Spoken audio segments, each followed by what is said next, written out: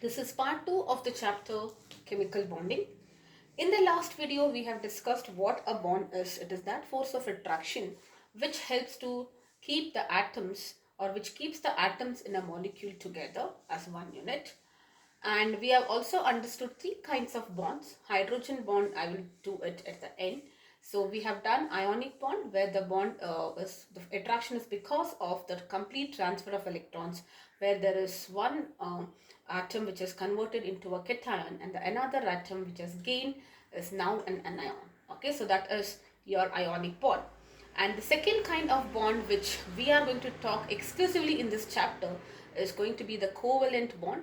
Covalent is basically when you have two atoms, neither of them are in a position to completely donate. So what they do is they share an electron between them. Okay, now if one pair is shared, it is what we call as single bond, two pairs will be double bond, and three pair will be triple bond. We have done a couple of examples, and also we have understood that when I say there is a bond, the atoms come closer to form a bond, and there is slight overlapping of their orbitals.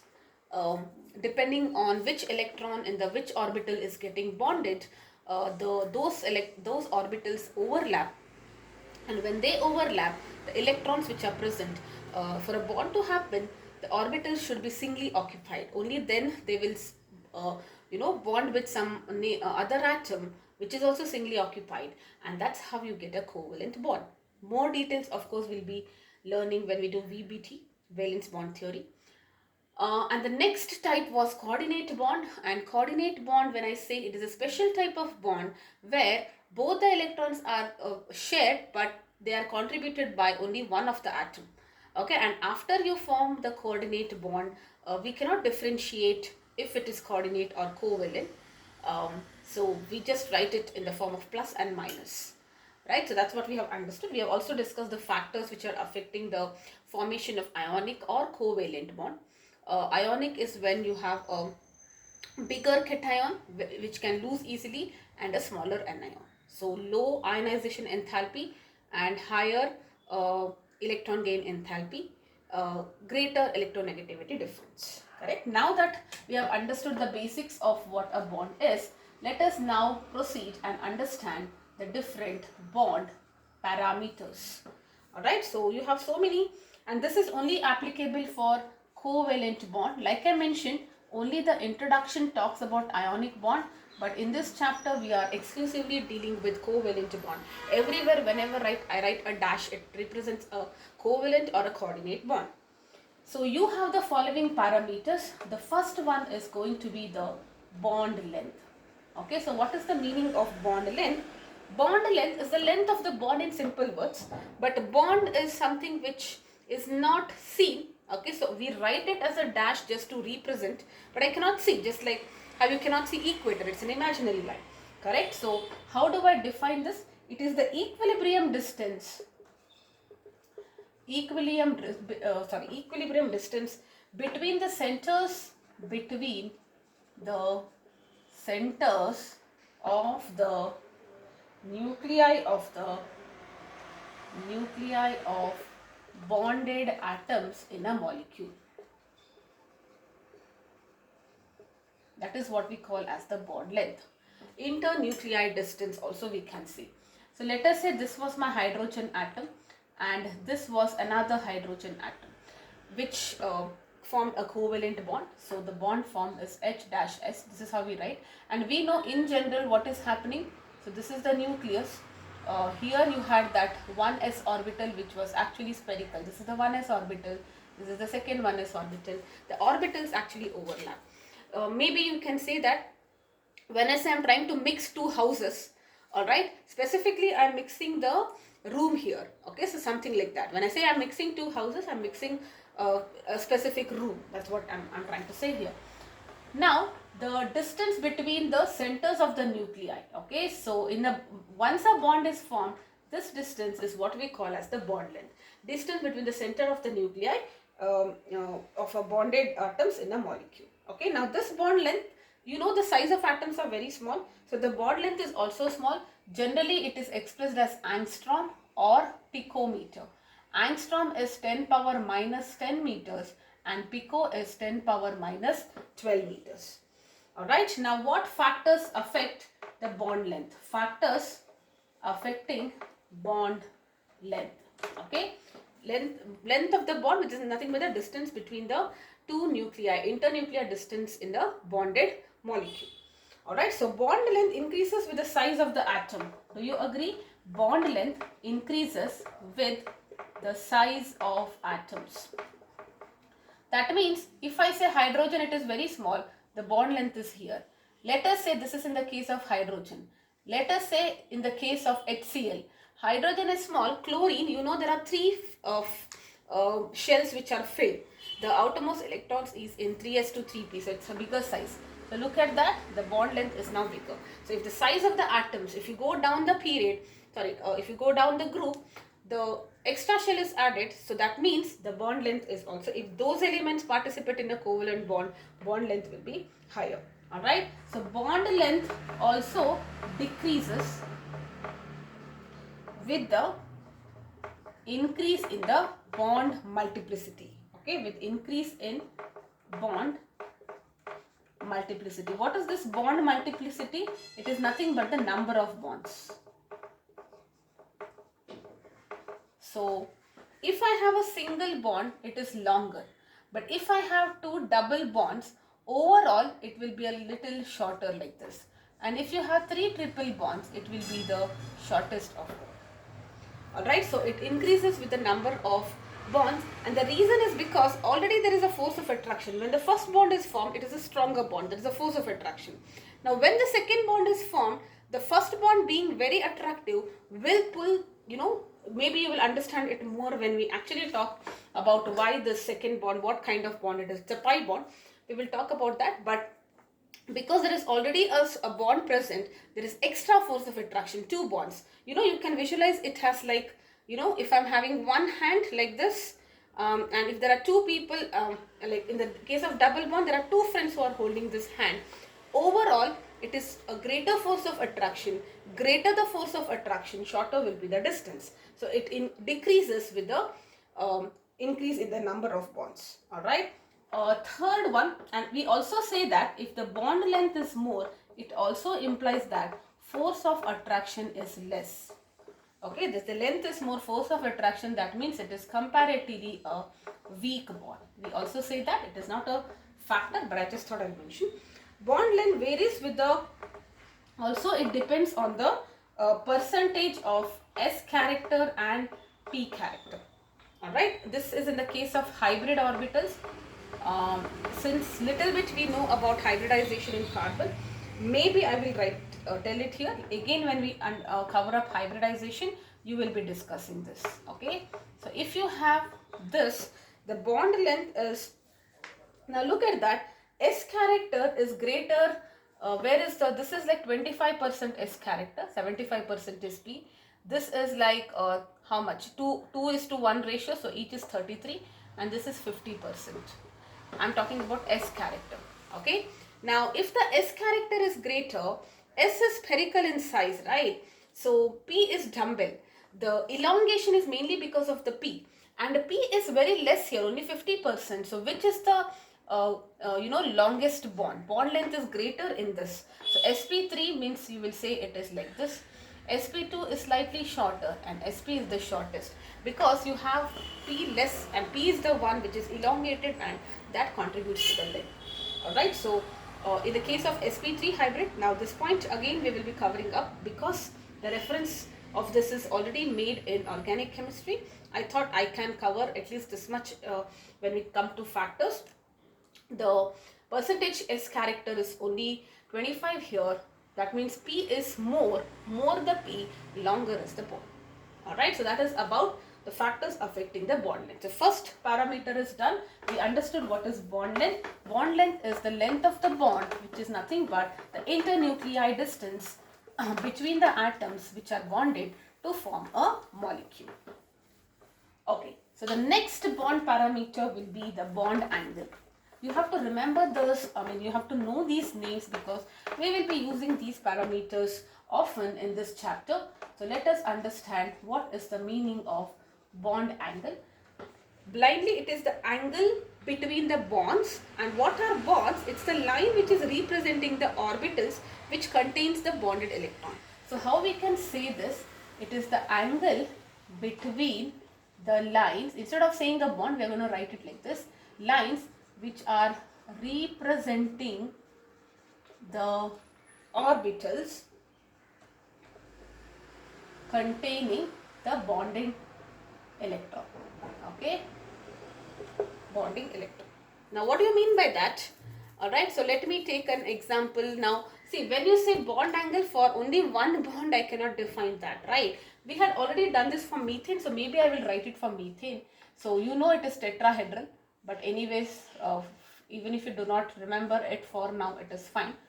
So what is this? This bond is formed by sharing, let us only specify, understand about one of them.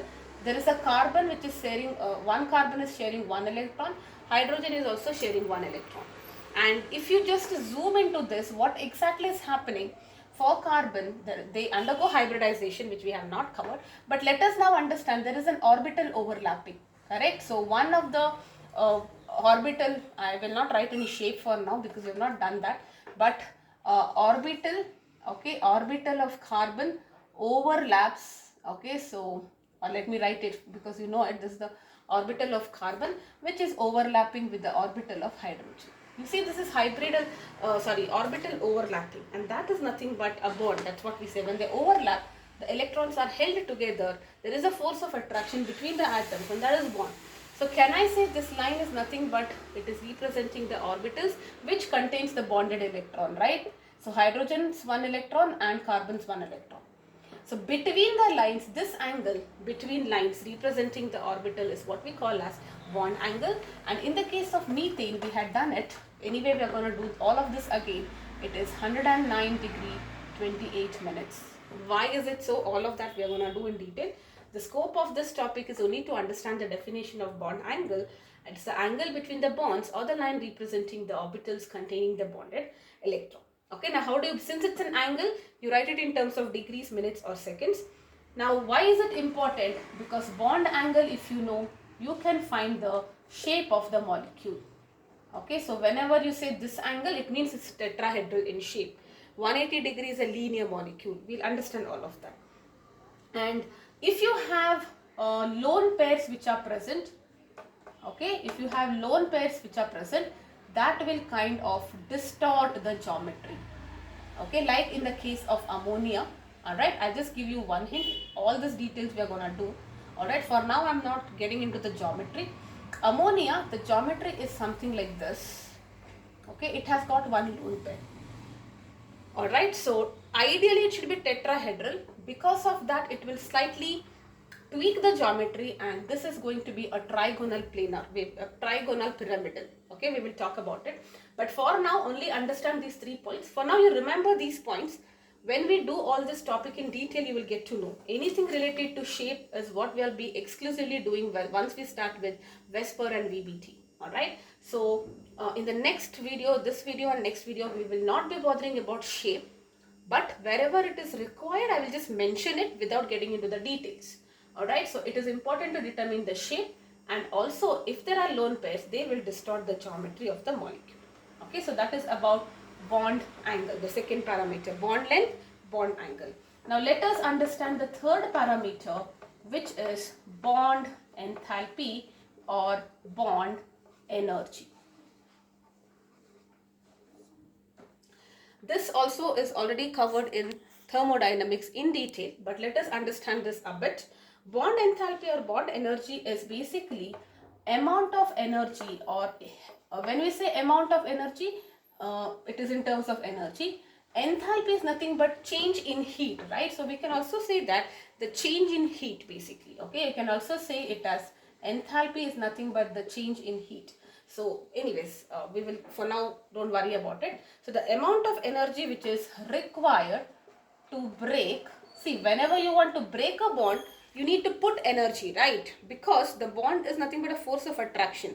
The atoms in the molecule are held tightly, whatever it is, covalent, ionic. Now if you want to break, you need to put energy, and whenever bond is formed, Alright, there will be releasing of energy. When you want to break the bond, it is always energy which is required to break the bond. Remember it in terms of breaking the friendship. Two people are very good friends. If you want to break their friendship, you have to put a lot of energy, create misunderstandings and things like that. Alright, but when friendship is formed, both of them are very happy. You are forming a new friend. Alright, a bond is formed. Both the molecules are very happy because they have reach their stability octet. And whenever there is happiness, it is always low energy state. We have discussed this in physics also. Stability, maximum stability is when they are very happy, and whenever you say maximum stability, lower is the energy, and if the energy has to go down, they have to release lot of energy, correct? So that is where when bond is formed, there is release of energy, and if you want to break, you need to supply energy. So this amount of energy required to break how many bonds? 1 mole of bonds. 1 mole, you know, the Avogadro number, that of a particular type. That means it is not like only ionic, some covalent, some no. Of a particular type of bond, if you want to break 1 mole of a particular type of bond, okay, of a particular type between two atoms in a gaseous state. Okay, so as to give gaseous atoms is what we call as bond enthalpy. It's also called as dissociation enthalpy. What is the meaning of this? Let us say you have HCl. This is a molecule which is held by a covalent bond. What is the bond between them? Covalent bond, and it is something like this. We already know that. Now, if I have to break 1 mole of these bonds, now don't worry how many molecules and all of that, okay? Simply understand this is 1 bond, 2 bond, 3 bond, 4 bond, right? So if I say a given amount of HCl, it will contain many bonds. So 1 mole of bonds, if I have to break of a particular type between two atoms in the gaseous state. So first of all, if this is in liquid state, first it has to be converted into gaseous. That extra heat we are not calculating here. Alright, so that is separate part which you will understand in thermodynamics. But here, let us say that this is already in the gaseous state. Once the molecule is in a gaseous state, the compound is in gaseous state, energy required to break 1 mole of bonds is what we call as bond enthalpy, and it is measured in kilojoules per mole. Alright, if I say bond enthalpy is greater, it means it is a stronger bond. Why? Bond enthalpy greater means more energy is required. That means it's very strong. Alright, now what factors favor bond enthalpy? Factors favoring bond enthalpy. Alright, so first one is bond enthalpy decreases, okay, with the increase in the size of an atom. Bond length increases with the size, but what happens if the size is more, if the second atom is more or both the atoms are big, the bond length will be bigger. Bond length will be bigger means the force of attraction is smaller. If the force of attraction is smaller, I need to supply very little energy and I am able to break them. That's why it is decreased. Alright, it increases, bond enthalpy increases if bond order increases. Alright, what is this bond order? Bond order is number of bonds again. If there are more bonds, like if we have 3 bonds for that matter, I have to break this. More bonds I have to break. 3 bonds means it's a stronger force. Remember, the bond length will be smaller there. Smaller the bond length, greater is the force. I need more energy. Alright, it decreases, it also decreases with the increase in the number of lone pairs. Increase in the number of lone pairs. So if there are more lone pairs, they are not bonded pairs, right? They are there as it is. And lone pairs are nothing but electrons. They already have a force of repulsion between them. And I want to separate the molecule. It's easier for me, right? Easier means bond enthalpy will be decreased. Okay, so that's the third parameter. And last is this bond order. Bond order is the number of bonds present between two atoms in a molecule. Okay, so let me write it. This is the fourth parameter. Maybe I will write it here. There is nothing much here, but since it's a new term, let us understand. Bond order is the number, multiplicity also we say. Okay, so it is the number of bonds present between two atoms in a molecule. Two atoms in a molecule. Okay. If bond order increases, let us say if bond order increases, that means I am having 3 bonds or 2 bonds or whatever. What it means? It means it is the bond strength. The force is becoming stronger. The strength of the bond increases, but bond length will decrease. We have already covered this point, right? Bond length, why? Because there are like 3-4 hands. The stronger force, lesser will be the length. Alright, and also remember, for isoelectronic species are those species which have the same electronic configuration. Okay, isoelectronic species, they will have the same bond order. Very important, a small point. Like for example, if I say F2 and O2 minus, right? So F2, O2 2 minus, it should be oxide ion. F2 will be fluorine. Fluorine has got 9. 9 plus 9 is 18, correct? So they have got 18 electrons. Oxygen, individually it is 8, but oxide ion means, sorry, how many? Yeah, 8. It has gained 2 electrons, so it is 10 now. Right? So you have 2 oxygen. 2 oxygen has gained 2 electrons. Right? So 2 oxygen, let us first do this. 8 plus 8 is 16. 16 plus 2 electrons they have gained. So this is also 18. Right? So the bond order will also be the same. They will have a one bond order, one bond between them. Okay, so one pair of electrons will be shared between them. So the bond order in this case is said to be 1. So similarly, if you take nitrogen, carbon monoxide and NO plus, you can maybe remember this. Nitrogen is, it is a triple bond. Now carbon monoxide you may not know, but nitrogen you definitely know. This is the structure, correct? So how many electrons? 7 electrons, 7 electrons. So they have totally 14 electrons. Let us see in carbon. Carbon 8 for oxygen and 6 for carbon. It is also 14 electrons. This nitrogen is 7, oxygen is 8, 15 minus 1 because it's a plus charge. Here also 14. So the bond order here will be 3. Now this, when we do the structure, you will get it. For now, don't worry about it. The bond order is 3. Isoelectronic species will have the same bond order. Alright, so yes, so what and all did we discuss? The bond parameters, the bond length, the bond angle. Bond length is the length between the two nucleus which are bonded together. Bond angle is the angle between the bond or angle between the lines representing the orbital which contains the bonded electron. Bond enthalpy, energy required to break 1 mole of bonds in the gaseous state, and bond order is the number of bonds present between two atoms. Alright, for isoelectronic species, they will have the same bond order. Alright, so now I will end this video here. In the next topic, we will be covering the Lewis structure. Okay, now we understood Lewis thing. Lewis means every atom will try to attain maximum stability, and that is by completing their octet. If they have to complete their octet, they will either share or transfer. Transfer part we are not bothered here. Like I mentioned, we are only doing covalent bonds. So how do you write the Lewis structure in bonding? There are rules. We will understand it in detail, and also we will understand a quick shortcuts. So we will be doing a lot of questions when it comes to writing Lewis structures. Lewis structures or octet config also. Octet config structures also we call that. Okay, we will understand the rules and write it. And after that, I will be following it up with resonance, which is a very important topic. You will also have to draw the resonating structures, and also we will understand the concept of formal charge. Alright, so this thing, Lewis structures, the topic of resonance and formal charge, and the limitations. Alright, so all of this will be covered in the next video. Yes. Bye bye for now.